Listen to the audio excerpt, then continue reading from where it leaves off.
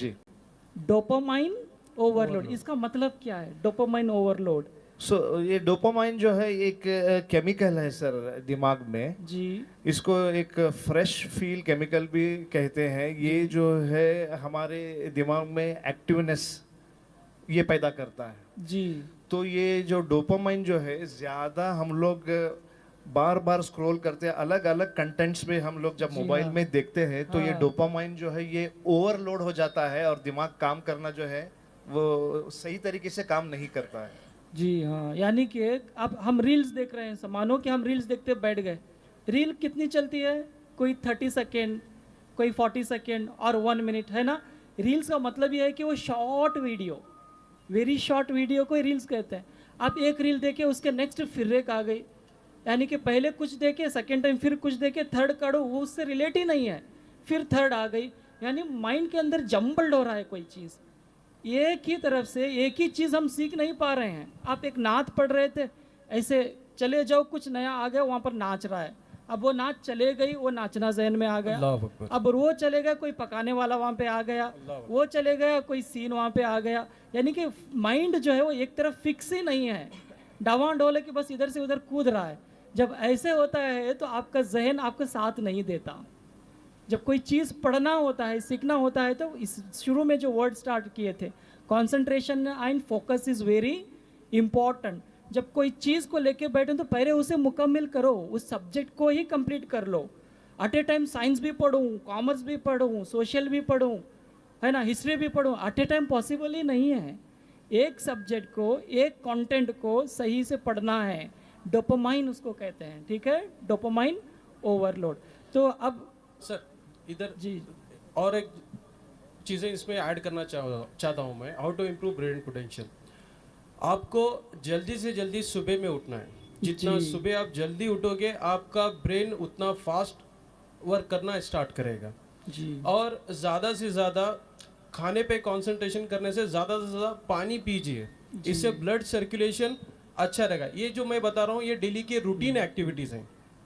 Third क्या है, आपको जो आपका डिफ़िकल्ट सब्जेक्ट है ना, फर्स्ट उसे पढ़ना स्टार्ट करो, इजी सब्जेक्ट से डिफ़िकल्ट सब्जेक्ट। इससे क्या होगा, आपका जो कॉन्फिडेंस लेवल है दैट आई कैन डू ये बढ़ेगा। जी और जो भी आप सब्जेक्ट पढ़ रहे हैं इसको रिवीजन कीजिए। अब अपने मदरसों में हाफिज़ कुरान को ले लीजिए, जो भी हाफिज़ कुरान बनते हैं ये कितना बार आयतों का रिपीटेशन दौरा करते हैं, जब जाके इनको आयतें परफेक्ट होते हैं। That is a prime example of improving the brain potential. माशाल्लाह, आपको टीचिंग की तरफ कंसंट्रेशन देना है, माइंड मैपिंग की तरफ कंसंट्रेशन देना है, और एक्रोनिम्स बनाना है। कोई बढ़िया सब्जेक्ट है तो उससे छोटे छोटे एक्रोनिम्स बना के आपको पढ़ना है, ठीक है। तो नेक्स्ट टॉपिक की तरफ जाते हैं। Second topic, degree plus skills, the ultimate combination for success. अब आपने तो पढ़ लिया, है ना, दिमाग भी बहुत तेज़ है, बहुत अच्छे से पढ़े, बहुत अच्छे से एग्ज़ाम्स फेस किए, एन्जॉयमेंट हो गया, रिज़ल्ट आया तो हैंडसम रिज़ल्ट मिल गया हमें, 90%, 95%, 98%।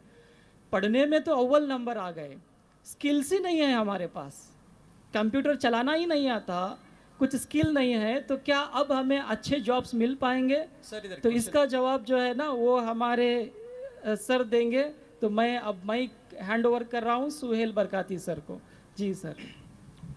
अस्सलाम वालेकुम वरहमतुल्लाहि वबरकातुहू। वालेकुम अस्सलाम वरहमतुल्लाहि वबरकातुहू। शायद मुझे महसूस हो रहा है कि दोपहर की गर्मी है, आपने दोपहर का लंच भी नहीं लिया है, खाना भी नहीं खाया है, इसलिए शायद थक गए, लो इन एनर्जी है। दोबारा सलाम करता हूँ, अस्सलाम वालेकुम वरहमतुल्लाहि वबरकातुहू। वालेकुम अस्सलाम व रहमतुल्लाहि व बरकातहू। माशाल्लाह। अब सुभान थोड़ा अल्लाह। फील हो रहा है कि आप लोग यहाँ पे मौजूद हैं। चलिए, बगैर टाइम वेस्ट किए हुए मैं अपने टॉपिक पे आता हूँ। अभी मुझसे कब्ल आपके सामने फ़जीलत हुसैन सर फ़जीलत बता रहे थे कि किस तरीके से ब्रेन पोटेंशियल को डेवलप किया जाए।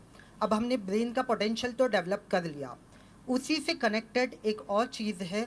आजकल हमारा अक्सर यूथ इसमें कंफ्यूज्ड है कि वो ये पूछता है कि क्या ज़रूरी है, स्किल्स ज़रूरी है कि डिग्री ज़रूरी है। जी। सबसे पहला आपको ये समझना है what do you mean by the term degree? किस चीज को डिग्री कहा जाता है? जी। स्किल्स क्या होते हैं? जी अब यहाँ पे बहुत सारे लोग जो है, अगर आप जनरेशन वाइज देखें, जो जेन जी है, they will going to say we prefer for the skills. आजकल जो एम्प्लॉयर होते हैं, they ask for the skills. Is it right? जैसे एक फेमस कोट किया जाता है एलन मस्क का कि we look for the skills, we never had been to the bigger universities. हम बड़ी बड़ी यूनिवर्सिटी में नहीं गए, लेकिन हम ऐसे लोगों को हायर करते हैं जो उसमें पढ़े हैं, पढ़े हुए हैं। जी ठीक है। हाँ। अब यहाँ पे एक चीज मैं साफ कर दूं, स्किल्स हो या डिग्री हो, एक ही सिक्के के दोनों पहलू है, सुभान ठीक है। अल्लाह। एक ही कॉइन के दो साइड्स है। अब ये कैसे?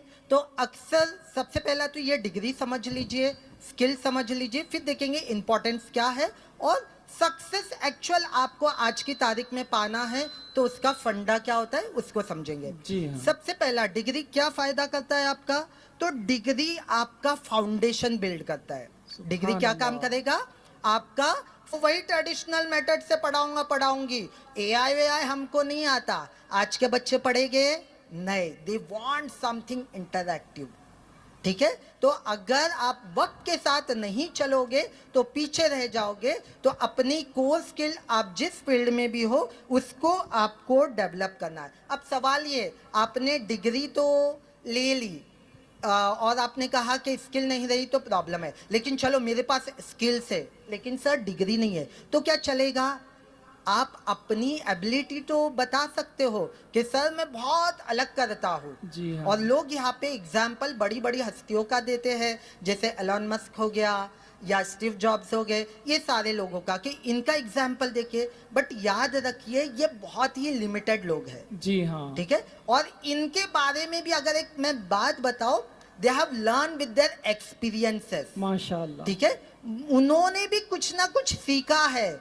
या तो आप अपनी जिंदगी से सीखोगे या तो आप स्कूल कॉलेज में सीखोगे। जी। और और सबसे ज्यादा इंसान जो सीखता है वो अपने रियल लाइफ एक्सपीरियंसेस से। सर इधर मैं थोड़ा ऐड करना चाहूँगा। स्किल जो है ना आपके एक्सपीरियंस से, रिपीटेड प्रैक्टिस से बढ़ती है।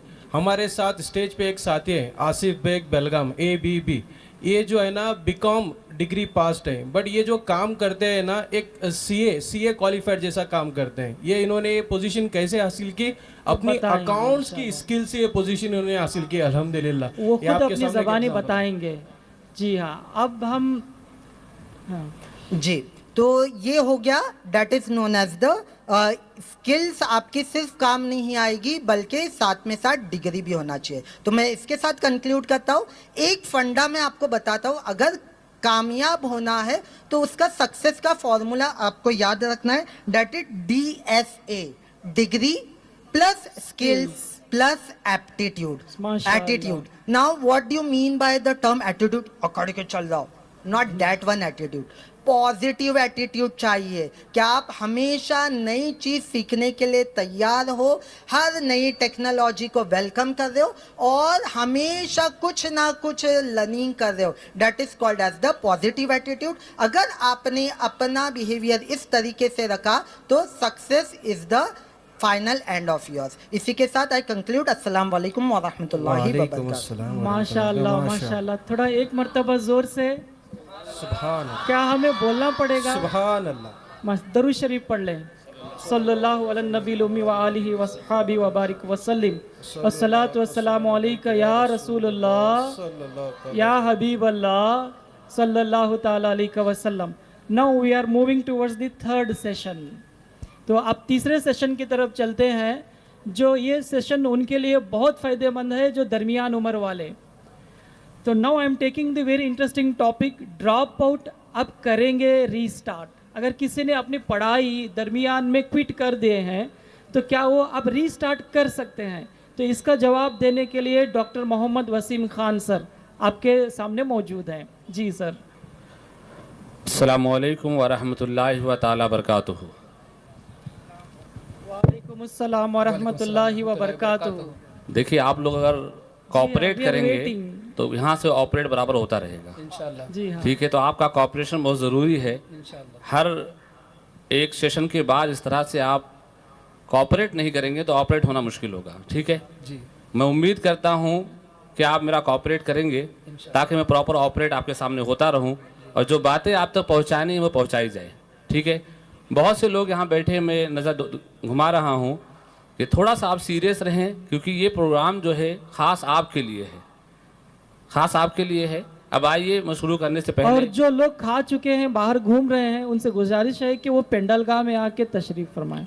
पढ़े अस्सलातु वस्सलामु अलैका या रसूल अल्लाह, अस्सलातु वस्सलामु अलैका या रसूलुल्लाह, अस्सलातु वस्सलामु अलैका या हबीब अल्लाह, अस्सलातु वस्सलामु अलैका या हबीब अल्लाह, अस्सलातु वस्सलामु अलैका या नबी अल्लाह, अस्सलातु वस्सलामु अलैका या नबी अल्लाह, अस्सलातु वस्सलामु अलैका या नूर अल्लाह, अस्सलातु वस्सलामु अलैका या नूर अल्लाह, सल्लल्लाहु ताला अलैहि वसल्लम। सल्लल्लाहु ताला अलैहि वसल्लम। देखिए, स्टेज वाले तो पढ़ ही रहे हैं, साथ में आप भी अगर बुलंद आवाज़ में पढ़ेंगे तो एक अलग फ़िज़ा कायम हो जाएगी यहाँ पर। बहरहाल अब तवज्जो के साथ सुने, क्योंकि वक्त कम है, बातें ज़्यादा आप तक पहुँचानी है।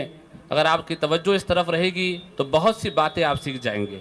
कुछ लोग ऑनलाइन देख रहे हैं, कुछ लोग ऑफलाइन देख रहे हैं, लेकिन ऑफलाइन की मिकदार यहाँ पर ज़्यादा है और मदरसे के तलबा भी बैठे हुए हैं और उन्हें ऐसा महसूस हो रहा है कि ये सेशन हमारे लिए तो नहीं है, सिर्फ दुनिया वालों के लिए है, बल्कि ऐसा नहीं है। ये स्टूडेंट्स के लिए सेशन है। किसके लिए है? सब मोहब्बत से कहें बच्चे, सुभान अल्लाह। और आप भी स्टूडेंट हैं, आप अपने आप को तालिब इल्म समझे, लेकिन जितने बच्चे यहाँ बैठे हैं वो सब स्टूडेंट हैं और ये सेशन स्टूडेंट के लिए है, इसलिए आपकी तवज्जो भी ज़रूरी है। चाहे आप दारुल उलूम में पढ़ते हो, मदरसे में पढ़ते हो, स्कूल में पढ़ते हो, कॉलेज में पढ़ते हो, यूनिवर्सिटी में पढ़ते हो, हर एक के लिए सेशन है। हम भी स्टूडेंट्स और ही हैं। हम सब भी जी, यहाँ हम भी स्टूडेंट स्टूडेंट्स हैं। हैं। हम भी कभी ना कभी कुछ चीज़ें सीखते रहते हैं, एक दूसरे से सीखते हैं। तो ज़रूरत इस बात की है आप तवज्जो से सुने, आप चाहे कहीं के भी स्टूडेंट हों, क्योंकि हर स्टूडेंट के लिए ज़रूरी है। कहीं ना कहीं कुछ बातें आप सीख के जाएंगे जो लाइफ में आप इम्प्लीमेंट कर सकते हैं और इम्प्लीमेंटेशन के बाद आप तरक्की कर सकते हैं, क्योंकि अल्टीमेट हमारा जो फाइनल मकसद है, फाइनल मोटो है, वो है तरक्की। हर आदमी तरक्की करना चाहता है, कोई ऐसा दुनिया में नहीं है जो बोलता है मैं तरक्की नहीं करना चाहता हूँ। मनी व्यू से पर्सनल लोन लिया, तभी हो, कारी हो, आलिम हो, मुफ्ती हो, रोजाना किताबें पढ़ता है ताकि तरक्की कर सके जी और ऊपर जा सके।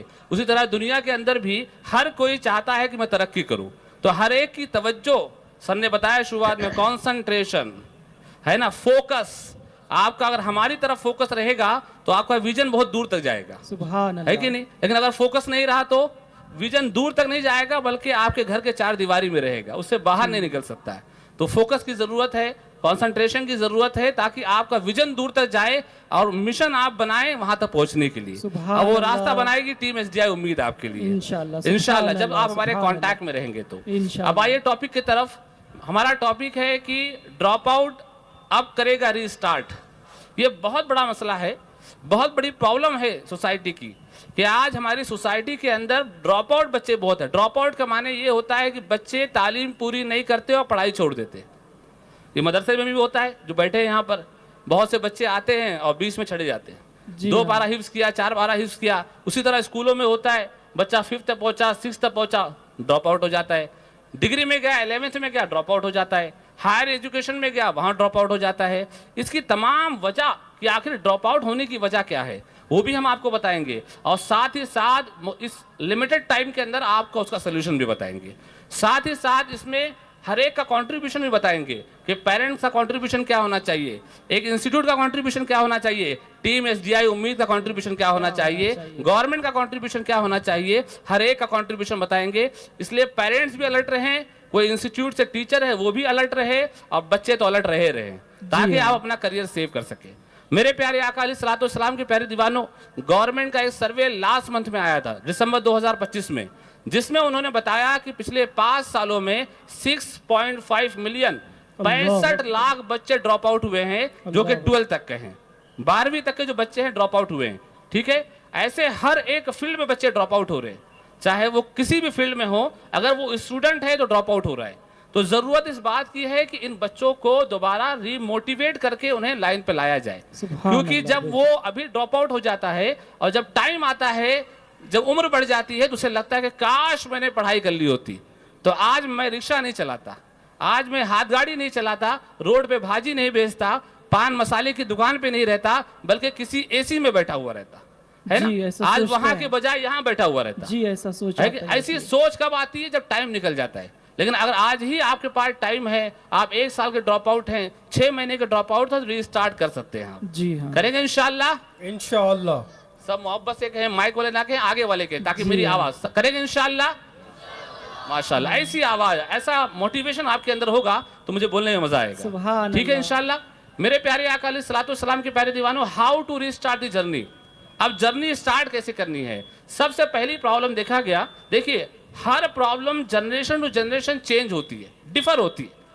अब मेरे साथी ने आपको बताया कि अभी हमारे सामने जो है कुछ बच्चे बैठे हुए हैं जो 2012 के बाद पैदा हुए, जी पहले पैदा हुए, वो सारे के सारे बच्चे जेनजी हैं।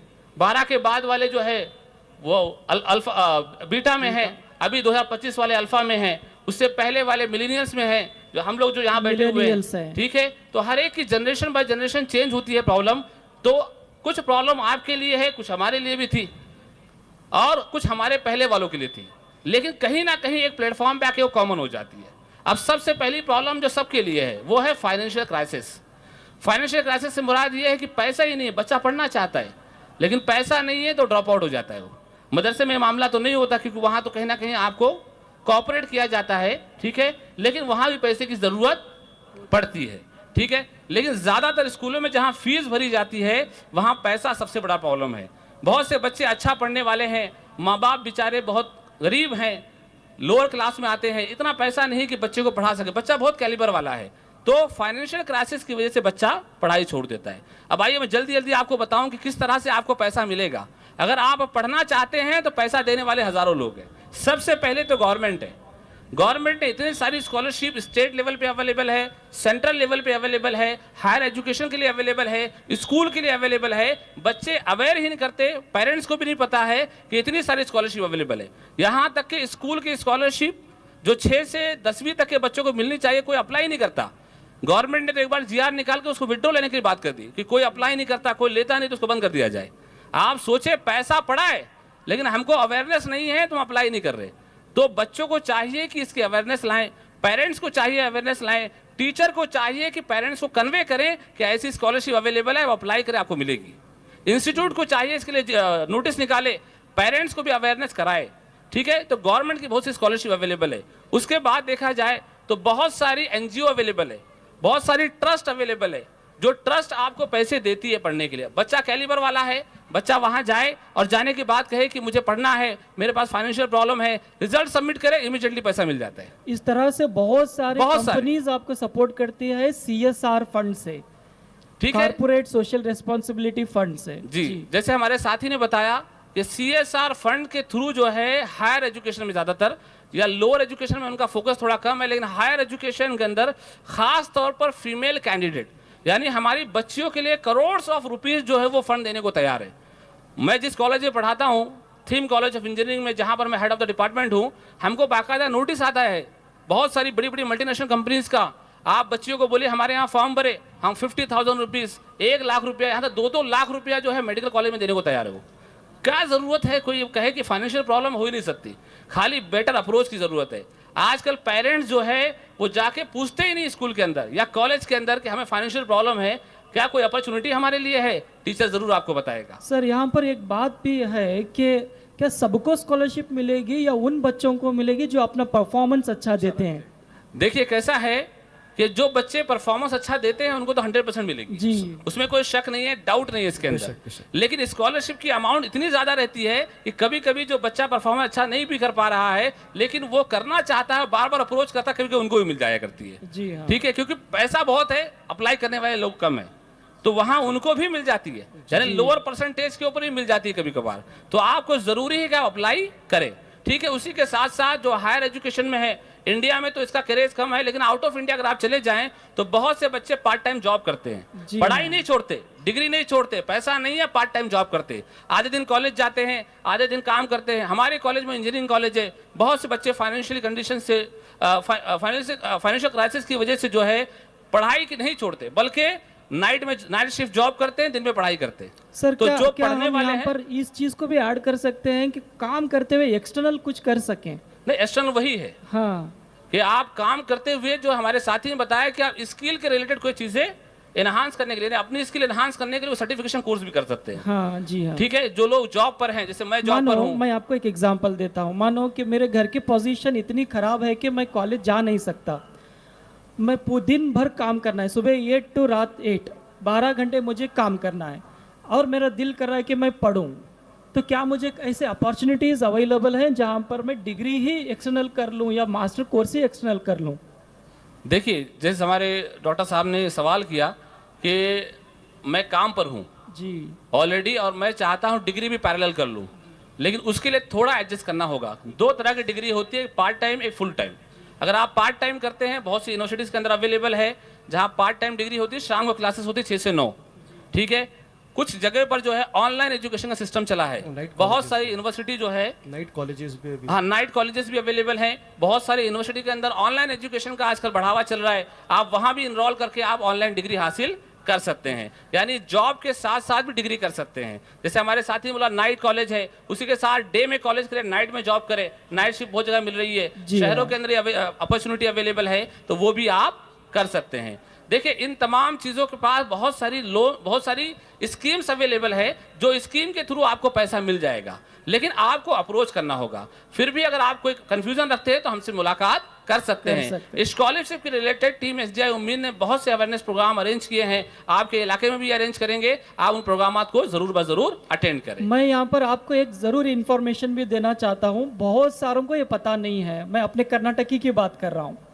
गवर्नमेंट ऑफ कर्नाटक के जानिब से माइनॉरिटी का एक नया स्कीम अभी 3-4 महीने पहले आया।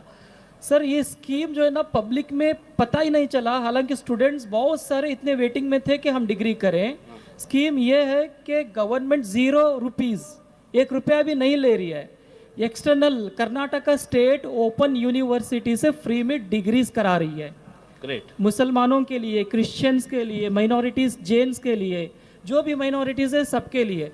तो मैंने भी अप्लाई कर दिया। हालांकि मैं पीएचडी हूँ, मैंने post graduate diploma in HRM के लिए, उसकी टोटल फीस 15,000 थी।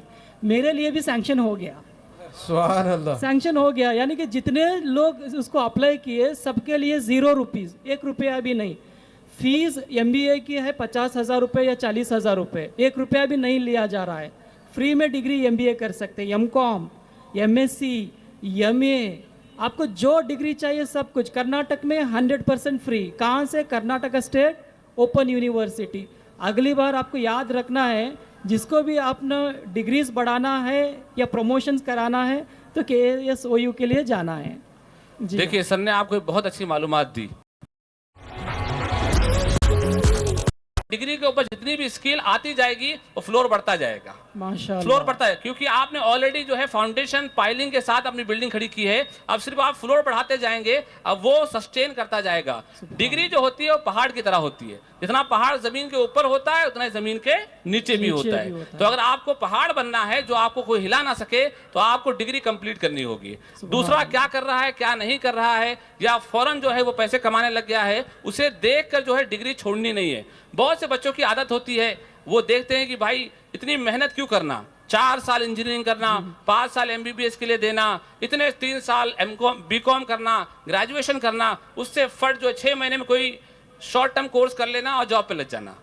शॉर्ट टर्म कोर्स करके जॉब पे तो आप लग सकते हैं सिर्फ 6 महीने के लिए, क्योंकि 6 महीने का कोर्स किया ना आपने, 6 महीने के बाद आपको निकाल देगा वो, क्योंकि अब उसको दूसरी स्किल चाहिए, उसको तीसरी स्किल चाहिए। लेकिन अगर कोई दूसरा आदमी जो डिग्री करके आपके दरमियान में आएगा, अब वो सिर्फ इसको स्किल हासिल करता जाएगा और आपको अपने आप को इंप्रूव करता जाएगा। तो डिग्री करना हर एक के लिए जरूरी है। दूसरों को नहीं देखना दूसरे क्या करते या कौन क्या कहता है, ठीक है। सबसे इंपॉर्टेंट है कि आप डिग्री कंप्लीट करें। तीसरी बात ड्रॉप आउट की आती है, बताया गया lack of meaning to the learning, यानी हम समझ ही नहीं पा रहे कि हम क्या पढ़ रहे। कभी कभी बच्चे वहां से भी ड्रॉप आउट हो जाते। बच्चे को शुरुआत में इंजीनियरिंग बहुत इंटरेस्ट था, उसको इंजीनियरिंग में डाल दिया गया। अब डालने के बाद उसे कुछ समझ में नहीं आ रहा है। अब उस 6 महीने बाद पता चला कि उसे सब केटी लग गई है। अब वो बोलता मैं इंजीनियरिंग नहीं पढ़ूंगा, मुझे इंटरेस्ट नहीं इसके अंदर। शुरुआत में तो इंटरेस्ट था उसको, लेकिन अब उसको इंटरेस्ट नहीं है। क्यों? क्योंकि उसे समझ में नहीं आ रहा पढ़ क्या रहा है। तो जब भी बच्चा ऐसा करे तो सबसे पहले तो उसकी काउंसलिंग की जाए, तब उसे उस फील्ड में एडमिशन दिलाया जाए। और जब एडमिशन होने के बाद भी अगर ये प्रॉब्लम होती है तो बच्चे को चाहिए कि वो प्रैक्टिकली चीज़ों को पढ़े। प्रैक्टिकली चीजों को समझे, तब जाके बच्चा खुद को इंप्रूव कर सकता है। दूसरी अहम बात जो है बताई गई कि बच्चे में फियर भी जनरेट हो जाता है जी हाँ। कि एग्जाम का फियर। बहुत से बच्चों को देखा गया कि एक बार केटी लग गई, 2 4 5 केटी लग गई, बच्चा इतना फियर में रहता है कि अब मुझे ड्रॉप आउट लेना है, अब मैं ये फील्ड नहीं कर सकता, फील्ड छोड़ देता है और कहीं काम पे लग जाता है, कॉल सेंटर में लग गया, कहीं जो ऐसी जगह लग गया जहां उसको आसान लगता है या मुझे काम पर करने की जरूरत हमारे सोसाइटी में बहुत है, हुबली में करेक्ट। ऐसा बहुत ज्यादा होता है। कॉल सेंटर्स वगैरह यहाँ हुबली में मौजूद हैं, तो आधी पढ़ाई करते हैं ग्रेजुएशन में, कोई एक बंदा चले गया तो उसे देख के सारे के सारा क्राउड बकरियों की तरह चले जाता है। जब तो चले ये बहुत जाते हैं और भयानक जाने चीज़ के है हमारे बाद यहाँ। कुछ साल जब गुजरते हैं तो उन्हें लगता है कि काश मैंने डिग्री कर ली होती जी। तो आज कॉल सेंटर में नहीं किसी ऑफिस में होता मैं। सुभान ठीक है, तो वो सबसे इंपॉर्टेंट। कभी कभार पेरेंट्स फैमिली प्रेशर की वजह से वो बच्चा चाहता है कि मेडिकल फील्ड में जाए, लेकिन उसे इंजीनियर फील्ड में घुसा देते हैं, उस वक्त बच्चा क्या करता है? देखिए, इन्होंने सवाल जो किया कि कभी कभार ऐसा होता है, जैसे मैंने lack of meaning of learning के ऊपर बताया कि बच्चा जो है इंटरेस्टेड है मेडिकल फील्ड में, लेकिन पेरेंट्स उसे इंजीनियरिंग फील्ड में डाल देते हैं। इस मामले में भी देखा गया है कि मैंने पहले ही कह दिया कि बच्चे की काउंसलिंग की जाए और बच्चा जिस फील्ड में जाना चाहता है उस फील्ड में भेजे, उसे प्रेशर मत करे। अगर आप प्रेशर करेंगे, हमारी कॉलेज में डिप्लोमा भी चलता है, डिप्लोमा में एक बच्चा है, उसे इंजीनियरिंग में कोई एडमिशन इंटरेस्ट नहीं है, लेकिन पेरेंट्स कहते हैं नहीं, उसको तो हम डिप्लोमा इंजीनियर बना के रहेंगे। बच्चे ने तय से कैसे करके 1 साल तो निकाल लिया, लेकिन 1 साल के बाद अब वो आता ही नहीं कॉलेज, क्योंकि 1 साल में उसे हर सेमेस्टर में सारी केटी लग गई। तो बच्चों को प्रेशर ना करें, बल्कि बच्चे जो चाहते हैं उस फील्ड में काम करने दें, क्योंकि जिस फील्ड में उनका इंटरेस्ट होता है उस फील्ड में अगर काम करें तो वो बेस्ट कर सकते हैं। ठीक है, पेरेंट्स अपनी कोई मर्जी उन पर थोपे ना। कहते हैं कि पेरेंट्स जब अपनी मर्जी उन पर थोपते हैं तो उनमें एक क्या होता है, एक वॉइड स्पेस क्रिएट हो जाता है। वो वॉइड Interest स्पेस चले जाता है। हाँ, वो वॉइड स्पेस जो होता है उसकी वजह से उनका इंटरेस्ट उसमें रहता नहीं है, फिर वो कंप्लीट कभी डिग्री कर नहीं पाते। तो कोशिश करें कि बच्चे का जो मामला है, बच्चे का काउंसलिंग करवाएं, जिसमें उसको इंटरेस्ट है उसमें जाने दें। अपनी बात ना करें कि मैं इंजीनियर हूं, मेरा बेटा भी इंजीनियर बनना चाहिए। उसको जिस फील्ड में जाना है उस फील्ड में उसे जाने दें। ठीक है, उसके बाद जो है आखिरी बात मैं आपके दरमियान में कर रहा हूं, जो आखिरी पॉइंट है वो ये पॉइंट है कि लैक ऑफ रूटीन और डिस्ट्रैक्शन। लैक ऑफ रूटीन की वजह से भी कभी कभी बच्चे ड्रॉप आउट हो जाते हैं। क्यों होते हैं ड्रॉप आउट? कोई रूटीन नहीं है उनका, पढ़ने का कोई रूटीन नहीं है, जब दिल में आया खेलने चले गए, कोई शेड्यूल नहीं बनाया है। अगर शेड्यूल नहीं बनाया है तो इसके माने ये है कि वो कहीं ना कहीं ड्रॉप आउट हो जाएगा, कहीं ना कहीं फेल हो जाएगा। कभी सुबह पढ़ता है, कभी दोपहर पढ़ता है, कभी शाम पढ़ता है, ठीक है, कभी पढ़ता ही नहीं है, कभी सोचता है ठीक है हो जाएगा, देख लूंगा, आखिरी मोमेंट आएगा तब पढ़ लूंगा, आखिरी टाइम आएगा तब पढ़ लूंगा। तो आखिरी आते आते कभी आखिरी टाइम आता ही नहीं नहीं है, बल्कि वो आखिरी साल हो जाता है उसके लिए, फिर वो आखिरी साल से ड्रॉप आउट होकर बाहर हो जाता है, सीधा ड्रॉप आउट हो जाता है। ठीक है, तो आखिरी टाइम तक रुके ना। डिस्ट्रैक्शन के अंदर देखा गया है सबसे बड़ा डिस्ट्रैक्शन अगर मेरी नजर में कोई है, मेजर कंपोनेंट है मोबाइल। जी हाँ, मेजर कंपोनेंट जिसकी वजह से बच्चे ड्रॉप आउट हो रहे हैं, यानी वो पढ़ना ही नहीं चाहते, वो दिन भर सिर्फ मोबाइल में लगे रहते हैं। अब इसकी आदत डालने वाले उनके पेरेंट्स हैं, अल्लाह, इसकी आदत डालने वाले उन्हीं के पेरेंट्स हैं जिन्होंने मोबाइल की आदत बच्चों को डाली। आप मुझे बताएं, जब हम छोटे थे, जितने भी यहाँ स्टेज पे मौजूद हैं, जो उम्र में मेरे से बड़े हैं या मेरे उम्र के बराबर हैं, आप मुझे बताएं जब बचपन में बच्चे रोते थे तो हमारी माएँ क्या करती थी? वो कोई लोरी गाती थी, कोई नाते सुनाती थी, कोई कुरान की तिलावत सुनाता था, है कि नहीं? वालिद का ही मामला ऐसी होता था। लेकिन आज ऐसा नहीं है। आज बच्चा अगर रोता है तो माँ के पास एक मोबाइल है और दूसरा मोबाइल बच्चे के लिए, सीधा बच्चे के हाथ में मोबाइल दे दिया जाता है, कोई ना कोई कार्टून उसमें चलता रहता है और बच्चा कार्टून देखते देखते उसे ये महसूस होता है कि सारी दुनिया मेरा ये मोबाइल ही है, मोबाइल ही है, मेरी माँ भी यही है, मेरा बाप भी यही है, मेरा भाई भी यही है, सारी दुनिया मेरा मोबाइल है। अब बच्चा खाने में बैठता तो मोबाइल मांगता, मोबाइल छीन लिया तो बच्चा रोना शुरू कर देता है। यहां तक के बच्चों में और बूढ़ों में भी मामला यही है। बूढ़ों के पास, ज़ईफों के पास काम नहीं है, दिन भर मोबाइल चलते रहता है। सुभान अल्लाह। यहां तक कि अगर वो सो भी जाते हैं तो कई बच्चों को देखा गया ख्वाब में भी वो स्क्रोलिंग चल रही है, उनकी स्क्रोलिंग कंटिन्यू चल रही है। क्यों चल रही है? क्योंकि उनको आदत डाल दी है माँ बाप ने। पेरेंट्स की गलती है सबसे बड़ी इसके अंदर। अब वही बच्चा धीरे धीरे बड़ा होता है तो वो माँ को माँ नहीं कहता, बाप को बाप नहीं कहता, या माँ बाप को वो समझता ही कुछ नहीं, सब मोबाइल है उसके लिए। तो जब वो माँ बाप कहते बेटा पढ़ाई कर, तो दिन भर मोबाइल में लगा रहता है, तो उल्टा ही माँ बाप कहते अपना काम करो, मुझे क्यों बता रहे हो? आप भी तो दिन भर मोबाइल में लगे रहते, आप भी दिन भर मोबाइल में लगे। तो पता चला कि सबसे बड़ा डिस्ट्रैक्शन आज की तारीख में मोबाइल है। और ये माँ बाप को चाहिए कि बच्चों को मोबाइल से दूर रखें। सुभान जब बच्चा छोटा हो तो यकीनी तौर पर बच्चे को आप लोरिया सुनाए, जो भी लोरी आपको याद हो, या तो आप उसे नाते मुबारका सुनाएं या उसके साथ इंटरेक्ट हो, क्योंकि मोबाइल जो है वन वे प्रोसेस है, ये टू वे प्रोसेस नहीं है। बच्चा सिर्फ देखता है। आजकल पेरेंट्स का ये मामला है कि मोबाइल से बच्चा बहुत कुछ सीखता है। मैं कहता हूँ कुछ भी नहीं सीखता, वो सिर्फ इतना सीखता है कि मोबाइल ही मेरी दुनिया है, इसके अलावा कुछ नहीं सीखता। तो सबसे बड़ा डिस्ट्रैक्शन मोबाइल है। आप कोशिश करें कि मोबाइल से बचेंगे इंशाल्लाह, माशाल्लाह। ठीक है। उसी तरह पेरेंट्स की मैंने कुछ जिम्मेदारियां आपको बताई, आप उस पर ध्यान दें। कुछ बातें मैंने इंस्टीट्यूट के लेवल पे आपको बताई कि इंस्टीट्यूट को भी चाहिए कि वो जो है कुछ बातों को ध्यान रखते और बच्चों के लिए एक मेंटरशिप प्रोग्राम क्रिएट करे। ऑलरेडी गवर्नमेंट का भी मामला ये है, और साथ ही साथ जो है उनके लिए रेमेडियल क्लासेस भी रखे, और उसी के साथ साथ जो है एक ऐसा एनवायरनमेंट क्रिएट करे जो स्लो लर्नर है उनको आइडेंटिफाई करके उन पर मेहनत करेंगे इंशाल्लाह। सुभान अल्लाह। सर, एक क्वेश्चन इधर। सुभान अल्लाह। अल्हम्दुलिल्लाह, ये टीम उम्मीद का सेशन